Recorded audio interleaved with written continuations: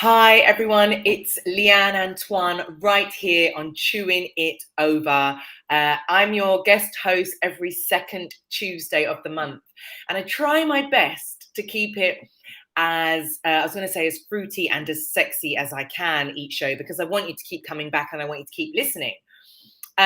Today's guest, I don't know, it's either going to surprise you, really annoy you, or you're going to really, really love it. I don't know which way it's going to go, but we'll see in just a moment. As if you haven't picked up from the title already. But I'm bringing Jack onto the show. And before I bring Jack onto the show, I'm firstly going to tell you why I am bringing Jack onto the show. Okay. So in October, I had a bereavement, and I had a bereavement of somebody who was very, very dear to me, who has supported my physio journey like when I was 18 and I hadn't even decided to study and qualify to be a physio. And I said to somebody today that I felt like this person saw my goodness, and I'm going to say my greatness, before I even knew myself, and probably, even know myself, the way I probably should do, because I don't think we give ourselves enough credit for that. But then on top of that, I was not very well. And that made me also ask lots of questions about myself in the work that I do and how I do that work. And so exploring for my usual guests in the way I do my research and my homework was a little bit hampered by some of those things as I dealt with them as a human. And I thought I would bring Jack on so we could talk about that, in part, talk about that human experience of being therapists who look after people every day, who at times I think that we are like perfectly human, but then also the people that surround us as clinicians, as our colleagues, who may also think the same. Lots of us are going into work with issues, with stuff that impacts our everyday life, and we have to put a brave face on it all the time. And I want to encourage you to comment, to as much as possible, on all the streams that this is live. And where possible, I will get back to people. And if you're not comfortable doing that, because Jack and I then hit onto some sensitive issues, then that's fine. You're more than welcome to email me, Leanne, Leanne, at distinctphysiotherapy.com. And I'm sure Jack won't mind you emailing him either. I can't imagine how full Jack's inbox is on the most part, but I'm going to share that responsibility with him, and I'm saying it on here so you're more than welcome to hold me accountable to that. So without further ado, I will be bringing Jack through. Like I said, as much engagement and as much loving as you can share us, please do. Hi, mate. Hi, Jack. Jack's in the car, everyone, by the way, so he is giving me his time, whilst he's quite busy himself, and I appreciate that. So I also appreciate him coming onto the show. And maybe I believe, Jack, that some things happen just the way that they should do. Yeah, I think so. I think this is good. I love that we're able to do this. This is cool. Sorry that I'm in the car, but I'm just picking the kids up from nursery. That's one of the reasons that kindly Leanne and others guest host on Tuesday afternoons. But it's pretty cool to be on this show. You didn't leave me any snacks in the waiting room or anything. That's the thing. You did. I wanted to talk about like even just the role that you play within the Physiotherapy Matters, and carrying quite a lot of the responsibility. And I'm not saying that this isn't responsibility that you haven't been happy to take on, but just people seeing that if you make a mistake or say something that isn't right, or you're having a difficult time yourself, how does this impact you, what you're doing, how you then coordinate and correspond with the team, how you communicate with us as your audience? Can we explore a little bit of that? Yeah, I think that's a really good point. I think what you were saying in your intro about how we are, of course, humans too, suffering with all the challenges that the public that seek our help are suffering with often, from including be that pain and injury through to mental health challenges, bereavements, or they're just distractions, and just being in a situation where sometimes you're just not at your best. There's nothing you can put your finger on, but you're not able always at your perfect A game, and it's a shame, in many ways, but you're not. And so, to be more specific on my position, I think that you do end up it's been very emergent, I guess, is the best way of putting it, right? I didn't start talking on the internet to an audience. You just start interacting with people on the internet, and particularly with when I got into it, 2013, 2014, you don't burst on the scene necessarily, because it sort of turns up with regards to the numbers sort of go up over the years, and so you then end up developing and growing within that responsibility because you notice that your words matter. The way that you phrase your questions, the way that you're coming across to your guests in the first instance with your team, that when you're trying to build that, so that then very quickly I was trying to make sure it uncoupled from me and my ego, making sure that I got the right people around me that could sense check things fairly early. And then you've got the wider audience. How are you interacting with them on social media? And so, but so the fact that that's happened gradually helped. But then there is this wider point about the fact that sometimes you misspeak, sometimes you just get things wrong, sometimes you're inaccurate, and sometimes you end up being a hypocrite, either coming across as such or you end up being like, we're all sloshed around by emotions on a regular basis, right? And so we're in this spot where I've put me and the team in a place where we're sometimes seen as the sort of rationalists, the calm heads, the organizers, the ones that need to just make things happen. And sometimes you are then, we've become a well-oiled machine. That's that word machine, right? You become across, hopefully we've still got a good humanity dose that comes with that stops us being robotic. But I think people sometimes expect that. And so I do face that challenge on a regular basis. I think that I've been knowing when to apologize, knowing when to sort of help people recognize that, of course, mistakes happen, but it's how you deal with them and how you manage them, and being respectful of it. And above all else, being authentic. I've been very fortunate to not be different in person to my online character. There are people that have been, there is a real marked difference there, and I'm not that guy. I always assure people I am just as much of an arsehole in person. So it's, at least I'm consistent. But it is hard, and you learn to bite your tongue, and you learn to make sure you don't send that message, and you don't say those things, and that's a learning curve over time. 8-9 years now, or whatever it is, that helps. Time passing, but you've hit on something really powerful, which is that as soon as anyone fails to recognize the fellow humanity, whoever it is they're engaging with in whatever context, things aren't going to go well, right? Things are going to continue to break down. And so we've got to make sure we're better at giving each other the space and the time to be ourselves, and to recognize that by being ourselves, we're going to make mistakes. And it can't be that's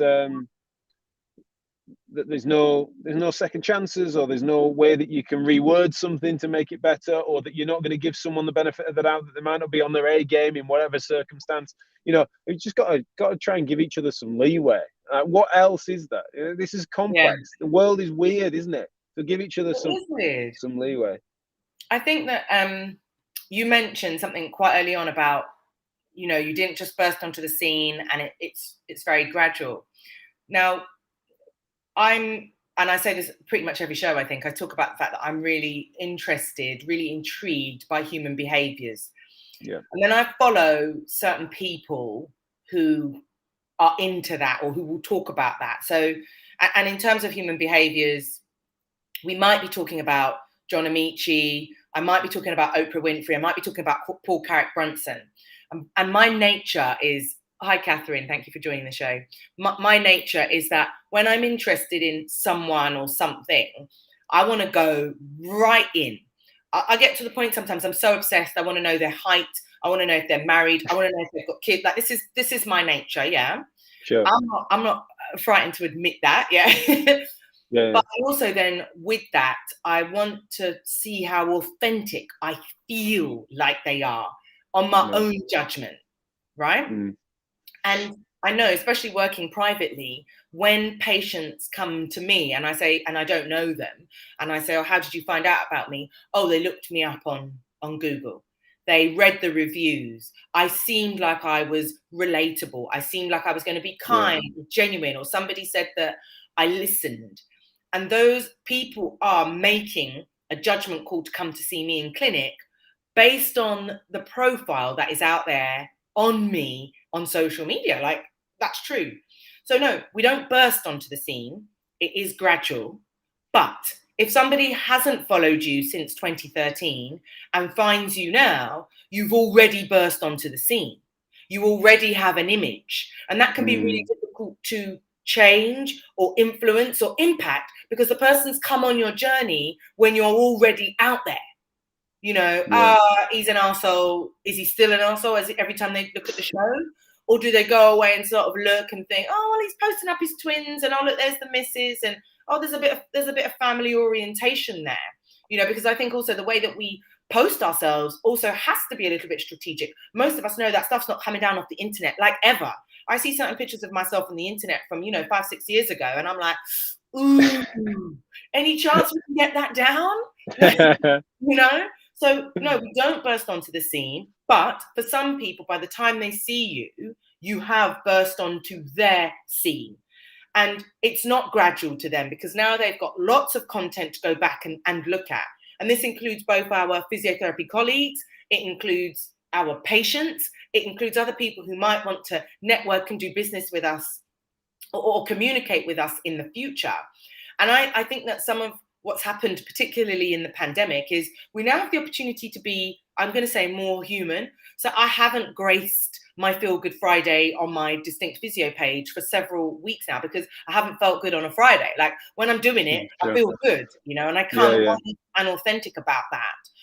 But then, and I also say this as well, when people see me out there doing, hey, this is Leanne from Distinct, and I've got my little dance and I'm going on, you don't meet me and I'm doing that. Most people meet me, number one, they tell me they didn't think I was as tall as I am. And number two, like, you're actually really quite serious in person. And I'm like, oh, am I? It's just, it's who you are in front of the camera. And yes, you try not to make that too different, but I'm also aware that most of us are dealing with the same stuff on a day-to-day basis. For example, people will still say TGIF, like, thank God it's Friday. On Monday, although we'll try and say, like, oh, Monday's about Monday motivation and we're walking into the week like this, there are still some people that feel like they are crawling into Monday like this, So we've tried to change some of the narratives, but we know that people are dealing with the same stuff. So as a result of that, if I bring you myself, joyful, happy, exposed, authentic, loving, caring, and inspiring, I know that I'm immediately picking up the world of some people who feel like their world is crap on that day. And to me, in my purpose on this planet, I think that is important.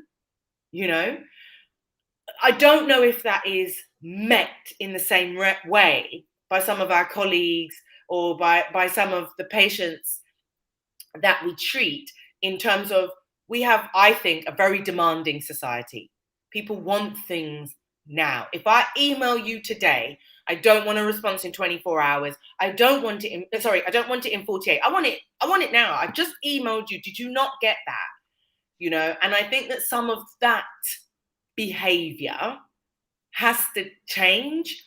I think that as someone who's felt like they've waited for change in a lot of aspects of our physiotherapy world, in our world in general, we know that these changes do not happen quickly, not with anything. The red tape, for example, that is on the NHS, for example, if I want to make a change within my business today, I can make that change today. If you want to make a change within your business today, you can make that change within your business today. But we both know, if I want to make that change today, I still have a form of process I need to go through to make that change. If I'm going to use a new software, there's a cost to that. Have I found out about the contract for the last software I was using? Has that ended before I bring in something new? I don't want to double spend. So whether it's cost that's then impacting how I make that change, or the fact that everyone on my team doesn't agree with it, I know that things take time, So, I think as you said, there's so much there, and all of it I agree with. I think that what you've hit on towards the end there, about how the varying energies that people bring to any communication or to any project or to any relationship, the way that sometimes contrasts with what their baseline might be, right? So someone feeling nervous and anxious when they come to see us, that might be quite a far cry from if you bumped into them in the pub. You know, Yeah. I've had, you know, colleagues of mine that have been in the dating pool that have then ended up coincidentally going on a date with a patient, you know, in different times and stuff like that, and just realizing the contrast in first take because of the context really mattered, and the context then changed their behaviors. But at the heart of it is that if we're all going about things in such a naive way as to not recognize that, you know, recognize the fact that we're all, it's not that one thing is performative and one thing is authentic, right? It's like there's there's a complex way in which we all exist. We're all going to behave in different ways in different circumstances and with different people to some extent. It's when people are completely false, where they're clearly sort of, there is an overt act that is in deception of their actual personhood, right? That's where we get frustrated. But as a general rule, as therapists, we end up having to be performers and put a smiling face on and stuff. And so Yeah. sometimes we are taken for granted for that. Another point that you made, which I think links to it, is how demanding we are as a society and demanding of each other, especially when then seeking help and expertise from others. And it's a weird one, is that? Because I've always felt it since I've been qualified. I've always been surprised at expectations. You know, I've always felt that there was a difference there. And I've reflected on it a lot with regards to my background and upbringing and stuff, as to why were the patients that I was seeing having more expectation of me in that moment in time than I felt like I'd ever had of any professional that I might have seen, having had plenty of injuries or medical needs. Yeah. So I just couldn't really work that out. And I've got this one for another show. But I think that culturally, that's me saying that all the time, right, throughout my career, 10 plus years. But I think then, since then, the fact that you can then get on my phone and order something that I might have seen on Amazon and it had arrived later today. I mean, weirdly, that's the thing with Amazon around us. It's like the warehouse is around the corner. So you're literally like matter of hours. But it's just that the on-demand immediacy, I think, is just feeding us. And that's just fueling that expectation that ends up out of whack. But then also that's just sort of sense of entitlement that sometimes people think about what they've paid for, and that applies both Yeah. privately and the NHS. Is that, if I'm willing to pay 3 times as much as that guy, can I jump him in the queue? Or I've paid cumulatively into this health system that all I'm asking for in this moment in time is X, and and sometimes I think that expectation management as a society we're getting wrong, because sometimes I think we are hyper demanded, and then other times I think we've got fairly low expectations that don't necessarily get met by people that perceive us in a certain way, or they're having their own issues, or there's systemic problems within the system that's being worked on, that as a punter you're not going to know. You're not going to know just how Yeah. dysfunctional things are. You don't know how stressed out that person is. And so it could be something as simple. You don't know how bad someone's work conditions are. You just go and try and buy some chewing gum off them at a shop counter, and they bite your head off about something. You've no idea what came before. And so our default needs to be, and I mean, I've been called out on this before, but even on this show, people like Joe Turner rightly not wanting us to aspire to some sort of narrow form of like stoicism. But I think we just need to find a way to temper some of those emotions, and to make sure we give each other the benefit of the doubt. And that transcends everything we do. I just think that that's a philosophy of it. And so final point, which goes to the start of what you just said about how we're coming across, is I think that is a really interesting point, that I've grown up a bit, at least professionally, on the internet. It's not Yeah. irrelevant, right? The last 10 years of my life, 8 of them as a semi-public person, granted in a small pool here. I'm not Yeah. accelerating my celebrity all of a sudden. I'm just meaning, like, I broadcast to thousands of people Yeah. on a daily basis now, a weekly basis, and have done now for a good while. I'm 32, Yeah. right? So me between 24 and 32, have I changed? Of course I have. How mental would it be if I didn't? How mental would it be if being dad of twins born the month before a pandemic loomed? How Yeah. would that not have changed me? How would now managing a larger staff base not change me? Of course you change, you mature. I'm not always saying it's for the better either, but it's just that that is something, and how we present ourselves, that when you're right, you burst onto someone's scene, and the fact that they can then pour over the record that has come before it. I'm quite pleased. I don't think I've got massive skeletons in my closet, but occasionally I'm judged on an opinion I held. I get a tweet quoted at me from 2016. I'm like, Yeah. well, I don't disagree. I disagree with that. Oh, so you're contradicting yourself. No, it's 5 years ago. Yeah. And Yeah. I've moved on from that opinion. It wasn't even that spicy an opinion, by the way. Sometimes it's like people think there's some sort of gotcha they're pitching back at me. But, generally speaking, we've got to have the knowledge to say, I'm not going to triple down on that opinion just because I held it back then and you've shown it to me.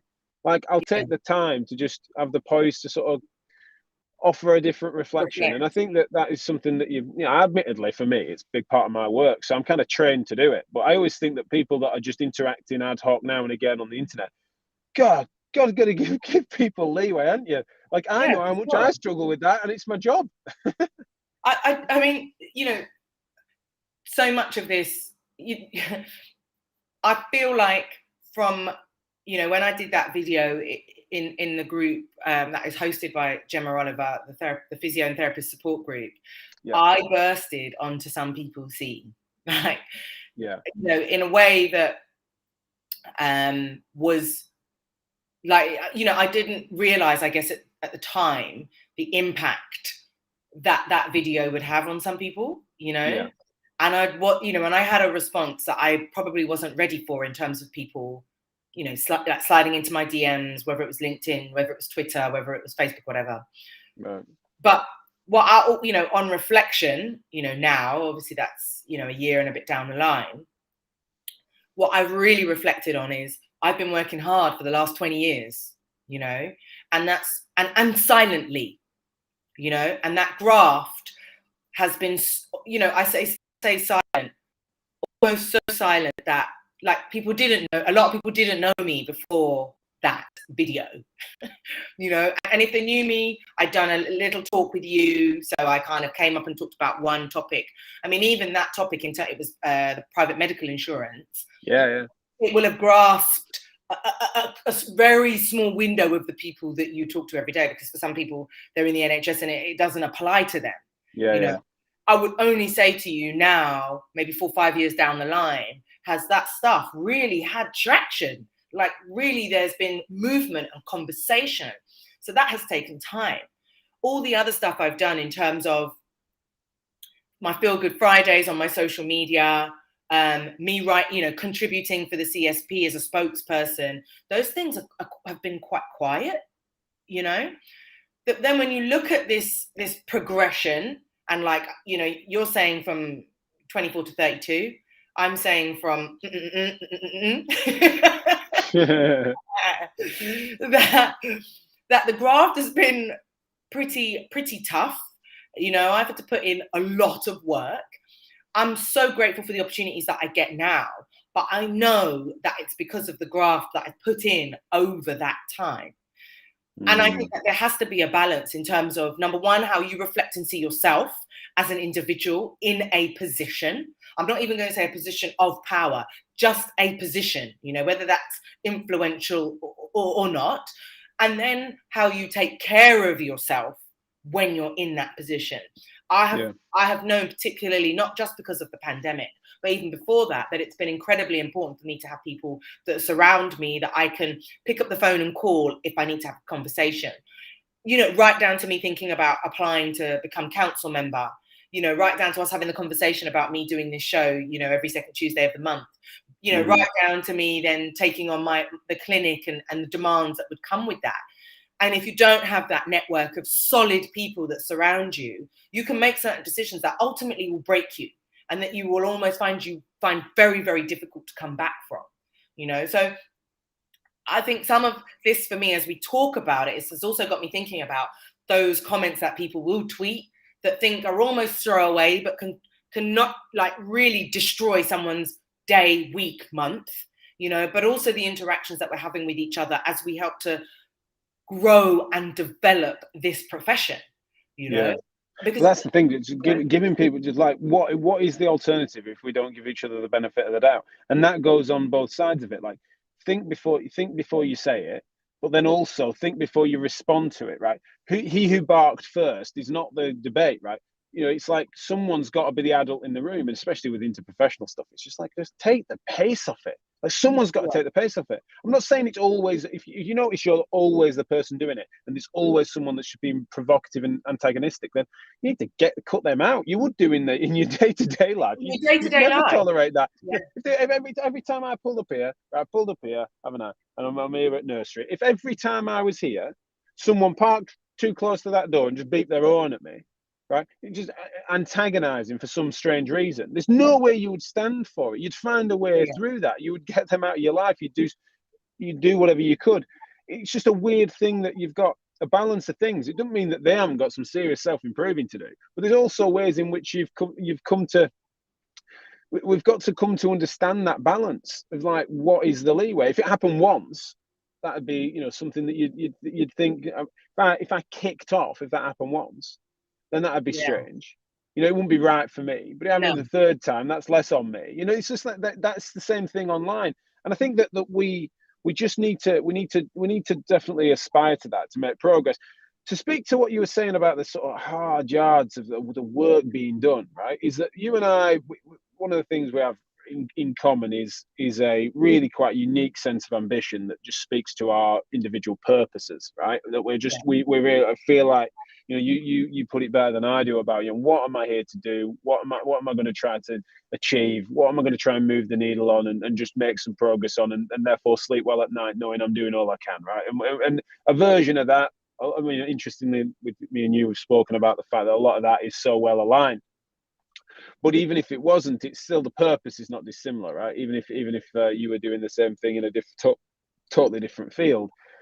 Some people are still struggling with that. Some people aren't really. Some people feel like they are a sort of a ship without a rudder bobbing around in a wild ocean. They've not really found what it is that they're trying to look for. They've not found their purpose yet. We need to be understanding of the fact that people are on a different path, including those that don't know where they are on said meandering path, and they keep turning back around. And I'm a bit agnostic necessarily as to whether everyone needs to sort of do the sort of soul searching that will get them where you and I are in terms of what we're trying to achieve. And certainly, if they did the soul searching, not many people would conclude that they wanted to do and put themselves through what you and I do. And we therefore need to give them leeway. However, this is the thing that I suppose you've got to stop me if I'm not speaking for both of us here, but I suspect I would be, is that people in all walks of life also need to give us the leeway and the benefit of the doubt, of the fact that this is fairly well thought out, and that we'll definitely put words back in his mouths if we're clumsy, but it's no good for anyone, including the causes that we represent, for us to not be able to speak our minds and to then be able to say something that then we retract parts of latterly, right? If we're overcautious, if we're treating everyone with kid gloves, we're not going to be able to spit out what we do. And everyone knows that there's a uniqueness that comes from the likes of mine and your style. And so it needs to go both ways. It's not as if we're saying, let's turn everyone into broadcasting extroverts, but equally similarly, for those that want to take us down a peg or two, you got to give us the freedom to recognize that we're not suggesting that. We're not suggesting we're a blueprint for anything, but we're also saying that there's a role for us too. And that really that freedom to get everyone doing what they do closest to what they're best at is probably the move. And it speaks, funnily enough, to what we've both been experiencing recently in the sort of medical system. Is this like there's got to be room for difference there, and we've still got to expect competence. And I think that's one of the things that seems to be central to all of the messages. I do need to go and pick the kids up. I can't believe the time. And we are out. Thanks, mate. Appreciate it. Thanks for having me as well. Having me on my own show. It's hilarious. It's been fun in the guest room. So we'll speak again soon, mate. Maybe we'll flip this. Maybe we'll get you on the blue show. Maybe we will. Take care. Take care, mate. All the I think there are so many valuable points that have been raised in the podcast today. And I want people to know that when you bring yourself to the forefront of any situation, whether that's at work, whether that's within your industry, whether that's in and amongst your family, your friends, when you make those actions, they're usually quite courageous, and they do usually put you outside of your comfort zone to do them. And I would challenge people who are always challenging other people to just think about your own actions and where you've placed yourself in certain decision-making processes. Did you come in at the beginning and hear about everything from the start, or did you come in at the end and throw your tuppence in and then sort of walk away? We are in a world where we need to take better care of one another. And I'm going to say it time and time again on this show, because this is where I've got some visibility.